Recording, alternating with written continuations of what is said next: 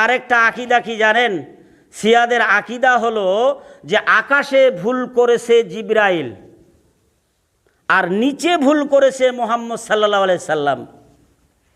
তাদের ধারণা কোরআন মাজিদ হলো 90 পারা, কোরআন মাজিদ 90 পারা।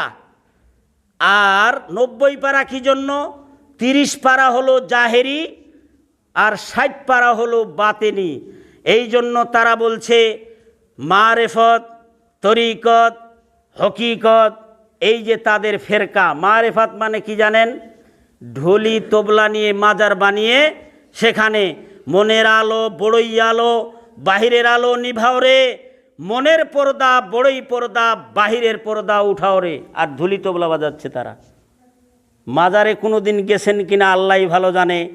এটা হলো 1 নম্বর বোকা শ্রেণী। 1 নম্বর বোকা শ্রেণীর লোকেরা যায় খাসি গরু, আপনার টাকা পয়সা। আমি গেছিলাম একটু মাজারের মধ্যে, শাহ আলী, ওই যে মিরপুরে শাহ আলী মাজারে গেছিলাম। এত টাকা, টাকার কোনো হিসাব নাই।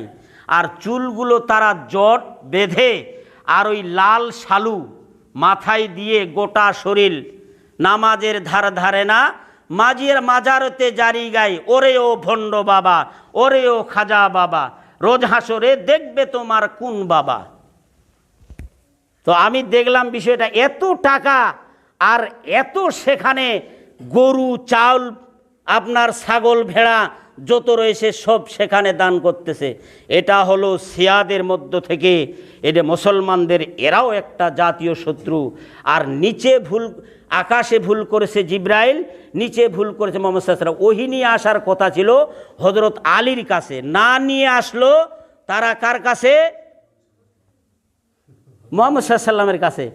আর হযরত মুহাম্মদ সাল্লাল্লাহু আলাইহি ওয়াসাল্লামের ভুল কি? হাত কান ধরে খেলাফতের দায়িত্ব দেওয়ার কথা ছিল হযরত আলীকে, তা না দিয়ে দিয়েছে ওই আবু বকর বৃদ্ধ মানুষটাকে। 10ই মুহররম তারা একটা ওই যে ছাগলকে, মাদি ছাগল, এই ছাগলকে তারা বেঁধে একেবারে খুব রক্তাক্ত করে শুধু মারে। মানে তার মানে কূটনীতি করেছে কে জানেন? হযরত আয়েশা। ওই জন্য ওই বকরিটা তারা আয়েশা হিসেবে মানে তাদেরকে মারে। দেখছেন, এটা হলো তাদের একটা আকিদা। এই আকিদায় যাবে না। আকিদা শুদ্ধ করেন ইনশাআল্লাহ। আপনি আকিদাকে শুদ্ধ করেন, শিরিক বিদআত মুক্ত আকিদা আপনারা পালন করেন, অবশ্যই অবশ্যই একদিন না একদিন আপনি জান্নাতে যাবেন, এটার গ্যারান্টি রয়েছে। কিন্তু আকিদা যদি দুর্বল হয় তাহলে আবু তালেব নবীর কে ছিল? চাচা। তো আবু তালেবকে বলছে আল্লাহ রসুল যে আপনি তো মুমূর্ষু অবস্থা আপনার, তো আপনি কালেমাটা পড়েন। এতদিন যাবৎ আপনি কালেমা পড়েননি, সর্ব বিপদের মধ্যে আপনি আমাকে বুকের মধ্যে জড়িয়ে রেখেছেন, তো আপনি একটু কালেমাটা পড়েন, কিয়ামতের দিন আমি আপনাকে শাফাত করব, আপনার জন্য আপনাকে জান্নাতে নিয়ে যাওয়ার ব্যবস্থা করব। তো এখন আবু জেহেল, আবু লাহাব, আবু সুফিয়ান আশেপাশে তো ঘুরতেছে। তো মুহাম্মদ সাল্লাল্লাহু আলাইহি ওয়াসাল্লামের দিকে একবার দেখে ওই আপনার আবু সুফিয়ান, আবু লাহাব এদের দিকে দেখে। তো এখন আবু জেহেলের চোখ মারনি তো আছেই, চোখটা মেরে দিছে, না কোথায় হযরত মুহাম্মদ সাল্লাল্লাহু আলাইহি ওয়াসাল্লামের দিন, এই নূতন করে আমাদের বাপ দাদা বড় না হযরত মুহাম্মদ সাল্লাল্লাহু আলাইহি ওয়াসাল্লাম বড়, এই জন্য আমাদের বাপ দাদার ধর্মের উপরেই মৃত্যুবরণ করো, তুমি এর মুহাম্মদ সাল্লাল্লাহু আলাইহি ওয়াসাল্লামের দিনের ভিতরে আসিও না। আল্লাহ পাক কী করলেন জানেন? আল্লাহ পাক সঙ্গে সঙ্গে আয়াত নাজিল করলেন, সূরা কাসাসের 56 নম্বর আয়াত, সূরা কাসাসের 56 নম্বর আয়াত। হে মুহাম্মদ সাল্লাল্লাহু আলাইহি ওয়াসাল্লাম, আপনি যাকে ভালোবাসেন আল্লাহ পাক তাকে হেদায়েত দিবেন না, আর যাকে ইচ্ছা, এ ব্যতীত অনেক মানুষকে আল্লাহ পাক হেদায়েত দেন, কিন্তু আপনি যাকে ভালোবাসেন তাকে আল্লাহ হেদায়েত দিবেন না। এই জন্য আকিদাটা মজবুত করার চেষ্টা করবেন। আকিদা যদি সংশোধন করে ফেলেন, আপনার নামাজ, রোজা, হজ, যাকাত যত কিছু রয়েছে সব নির্ভর করতেছে আকিদার উপরে। এখন কবরের মধ্যে 3টি প্রশ্ন করা হবে, কবরের মধ্যে প্রশ্ন করা হবে তিনটি। মার রাব্বুকা, তোমার রবকে, না বলা হবে তুমি কোন দল করতে নাকি? মার রাব্বুকা, এই কিছু কিছু লোক আছে এই দল করো, না হলে কিন্তু খবর আছে আল্লাহ পাক জিজ্ঞাসা কোন দল করেছিলে তুমি। মার রাব্বুকা, তোমার প্রভুকে এই কথাটা যখন জিজ্ঞাসা করবে, যদি তুমি শিরক মুক্ত থাকো তাহলে মুখ দিয়ে আপনি যত মুখস্থ করে যান কোনো কাজ হবে না। এখানে মুখস্থ করে গেলে বাঁচিয়ে যাবেন? মুখস্থ করে গেলে বাঁচিয়ে যাবেন মনে করছেন নাকি? রাব্বি আল্লাহ, দিনী আল ইসলাম, মুহাম্মদ সাল্লাল্লাহু আলাইহি সাল্লাম, এটা মুখস্থ করে গেলে বাঁচিয়ে যাবেন? কখনো না। শিরিক থেকে মুক্ত থাকেন, সঙ্গে সঙ্গে বেরিয়ে আসবে রাব্বি আল্লাহ, আমার প্রভু হলো আল্লাহ। মান দিন ওকা, তোমার দিন কি, মানে কার দল করেছে তুমি, এটা জিজ্ঞাসা করবে নাকি? দিন ওকা, মান দিন ওকা, তোমার দিন কি, কোন দিলে তুমি ছিলে? মুহাম্মদ সাল্লাল্লাহু আলাইহি সাল্লামের দিনে। এই যে আপনারা অনেকজনে, আমরা তো বুঝি না কিছু, আমাদের মাথায় আছে গোবর। ইহুদি খ্রিস্টানিরা তারা কোরআনকে রিসার্চ করে আমাদেরকে একটা চালিয়ে দিয়েছে, আর তারা বসে সেখানে তামাশা দেখতেছে।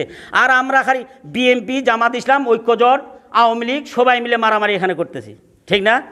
সবাই মিলে এখানে মারামারি করতেছি, ওরা ওখান থেকে বসে তামাশা দেখতেছে। ওরা একটা চালিয়ে দিয়েছে, ওরাই মারামারি করুক আর আমরা তামাশা দেখব। মান দিন ওকা, এখানে যদি আপনি ঠিকভাবে নবীর দিনটাকে যদি ধরে রেখেছেন তাহলে আপনার মুখ দিয়ে বেরিয়ে আসবে দিন আল ইসলাম। আর যদি খ্রিস্টান আব্রাহাম লিঙ্কনের পদ্ধতি বাহির করেন, যদি চলেন, তাহলে ওখান আপনার মুখ দিয়ে কখনো বাইর হবে না আমার দিন ছিল ইসলাম। মান হাদার রাজুলুন বৈসাবিকুম, এবং মুহাম্মদ সাল্লাল্লাহু আলাইহি সাল্লামের ফটোটা দেখিয়ে বলা হবে, তোমরা কি এই লোকটিকে চিনো তোমরা? যদি রাসূল সাল্লাল্লাহু আলাইহি সাল্লামের উপরে মিথ্যা অপবাদ যদি না দিয়ে থাকে। মিথ্যা অপবাদ কি? রাসূল সাল্লাল্লাহু আলাইহি সাল্লাম করছে একটা আর আমরা করেছি আরেকটা। মানে আমরা অনুসরণ কার করি? রাসূল সাল্লাল্লাহু আলাইহি সাল্লামের অনুসরণ করি। আল্লাহর হুকুম, রাসূল সাল্লাল্লাহু আলাইহি সাল্লামের অনুসরণ। তো এই যে রাসূল সাল্লাল্লাহু আলাইহি সাল্লাম যা করেছে আমাদেরকে তা করতে হবে। রাসূল সাল্লাল্লাহু আলাইহি সাল্লাম যা থেকে বিরত থেকেছে আমাদেরকে তার থেকে বিরত থাকতে হবে। এই জন্য অনুসরণ করতে হবে রাসূল সাল্লাল্লাহু আলাইহি সাল্লামকে। যদি আমরা করে থাকি তাহলে বলবো হুয়া রাসূলুল্লাহি সাল্লাল্লাহু আলাইহি সাল্লাম। আর রাসূলকে অনুসরণ না করে আপনি যদি অন্যটা করেন তাহলে আপনার মুখ দিয়ে কখনো আসবে না। যখন আপনি তিনটা প্রশ্নের উত্তর দিবে তখন বলা হবে ওমা ইউদ্রিকা, তুমি কিভাবে জানলে যে এগুলার প্রশ্ন তুমি কিভাবে উত্তর দিলে? তোমার প্রভু আল্লাহ, তোমার দিন ছিল ইসলাম, তোমার এই লোকটাকে তুমি চিনো, কিভাবে তোমার উত্তরটা আসলো? তিনি বললেন কারারতু কিতাবাল্লাহি আমানতু বিহি ওয়া সাদ্দাকতু, আমি আল্লাহর কিতাব পড়েছি, তার প্রতি ঈমান এনেছি এবং তাকে সত্যায়ন করেছি। এখন তারপরে তাকে আরেকটা প্রশ্ন করা হবে, তুমি কি আল্লাহকে দেখেছিলে? তুমি কি আল্লাহকে দেখেছিলে? তখন ওই ব্যক্তি একেবারে তার মোহরা তো চেঞ্জ। তিনটা উত্তর দিয়েছে মানে আরও দুইটার উত্তর দিতে পারবে না তা না, এই দুইটার উত্তর দিতে পারে। সেই জন্য তার মোহরাটা চেঞ্জ হয়ে যাবে, একেবারেই তার সব কিছু চেঞ্জ হয়ে যাবে। বলবে যে আল্লাহ তাআলা হলো আল্লাহ নূরুন লা ইউরাল্লাহ, আল্লাহ নূর, আল্লাহকে কেউ দেখতে পাবে না, তিনি তো হলেন নূর। এই পাঁচটা পড়তে যদি উত্তর দিতে পারেন তাহলে আসমান থেকে এবার ইউনাদি মুনাদি মিনাস সামায়ে, আসমান থেকে একজন ঘোষণাকারী ঘোষণা করবে ফাফরিসু মিনাল জান্নাহ ওয়ালবিসু মিনাল জান্নাহ ওয়াফতাহু লাহু বাবান ইলাল জান্নাহ, তার জান্নাতের লিবাস পরিধান করে দাও, তার জন্য জান্নাতের বিছানা বিছিয়ে দাও, জান্নাতের মধ্যে থেকে তার জন্য একটা সুড়ঙ্গ করে দাও। আর যদি উত্তর দিতে না পারেন তাহলে অবস্থা কি হবে? আপনি তো করেছেন একটা। এই জন্য সতর্ক সাবধান থাকবেন। আজকে খুতবার বিষয়টা আপনারা অবশ্যই জেনেছেন, ইসলামী দাওয়াতের ভিত্তি। ইসলামী দাওয়াতের ভিত্তি বলতে গিয়ে অনেক কথা আপনাদের সামনে আমি বলে ফেললাম। তো যাই হোক, আপনারা সবাই সেগুলোর প্রতি আমল করার জন্য চেষ্টা করবেন। আপনাকে সকলকে আমি আহ্বান করতেছি, এটা আপনারা কিয়ামতের দিন, মানুষ কিয়ামতের দিন নেকির পাহাড় নিয়ে উপস্থিত হবে। আল্লাহ রাব্বুল আলামিন ফাকানাত হাওয়াবাম মানসুরা, আর নেকির পাওয়াগুলো যে প্রবাহিত বাতাসের ন্যায় ধূলিকণা যেমন উড়িয়ে যায়, এইভাবে তাদের আমলগুলোকে বাতাসের ন্যায় উড়িয়ে দেওয়া হবে। কারণ নিয়ে গেছে অনেক, একটা আমল টিকলো না, কারণ তাদের পদ্ধতিটা ছিল ভুল পদ্ধতি আমল করার কারণে একটাও কিয়ামতের ময়দানে আপনারা পাবেন না। তো সেই জন্য আপনাদেরকে আমি আকুল আহ্বান করব, আমরা সকলেই সঠিকটা জেনে সঠিকভাবে আমল করার জন্য আল্লাহ রাব্বুল আলামিন আমাদেরকে তৌফিক দান করুক। সবাই বলুন আমিন। আল্লাহ রাব্বুল আলামিন আমাদের মধ্যে থেকে আমারও চাচি আমুন ভাইয়ের আম্মা, তিনি দুনিয়া থেকে বিদায় হয়ে গেছেন। হে আল্লাহ, মরহুমার কবরকে আপনি জান্নাতের বিছানা বিছিয়ে দেন, আমিন। তাকে আপনি জান্নাতের পোশাক পরিয়ে দেন, আমিন। তার জন্য জান্নাতের একটা দরজা আপনি খুলে দেন, আল্লাহুম্মা আমিন। আরেকজন তিনিও চলে গেছেন, দুনিয়া থেকে বিদায় হয়ে গেছেন, আমার ওবায়দুল স্যারের ভাই, ঢাকায় তিনি মারা গেছেন, তিনি সেখানে তার দাফন করা হয়েছে। হে আল্লাহ রাব্বুল আলামিন, তাকেও আপনি জান্নাতুল ফেরদাউস দান করুন। এ ব্যতীত যারাই মারা গেছে, হে আল্লাহ, সকলকে আপনি জান্নাতুল ফেরদাউস দান করুন। হে আল্লাহ রাব্বুল আলামিন, আমাদের মধ্যে থেকে কারো মা বাপ, দাদা দাদি, নানা নানি, চাচা চাচি, আত্মীয় স্বজন, অনেকের শুভাকাঙ্ক্ষী অনেকজনে দুনিয়া থেকে বিদায় হয়ে গেছে। আল্লাহ, তারা অন্ধকার কবরে কী অবস্থায় আছে আমরা জানি না। আল্লাহ, আল্লাহ তাদের কবরে আযাব মাফ করে দিয়ে তাদেরকে আপনি জান্নাতুল ফেরদাউস দান করুন, আমিন। হে আল্লাহ, আমাদেরকে যারা আমাদের মারা গেছে, হে আল্লাহ, জাহান্নাম থেকে তাদেরকে মুক্তি দান করুন, আমিন। আল্লাহুম্মা আজিনি মিনান নার, আমিন। আল্লাহুম্মা আজিনি মিনান নার, আমিন। আল্লাহুম্মা হাফিজনা মিন কুল্লি বালাইদ দুনিয়া ওয়া আযাবিল আখিরাহ। হে আল্লাহ রাব্বুল আলামিন, আমাদের মধ্যে, দেশের মধ্যে হোক কিংবা বাহিরে পররাষ্ট্রগুলোতে এই মহামারী আবার একটু বৃদ্ধি পেয়েছে। হে আল্লাহ, এই মহামারীকে আপনি দূর করে আসমানি বালা আসমানে তুলে নেন, জমিনি বালা আপনি জমিনের মধ্যে দাবাইয়া দেন, আল্লাহুম্মা মিন।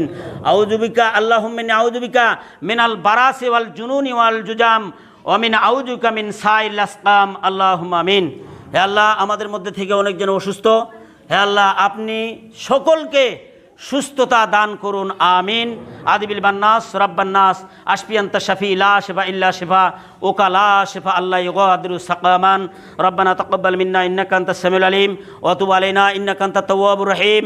সুবহানা রাব্বিকা রাব্বিল ইজ্জাতি আম্মা ইয়াসিফুন, আসসালামু আলাল মুরসালিন ওয়ালহামদুলিল্লাহি রাব্বিল আলামিন।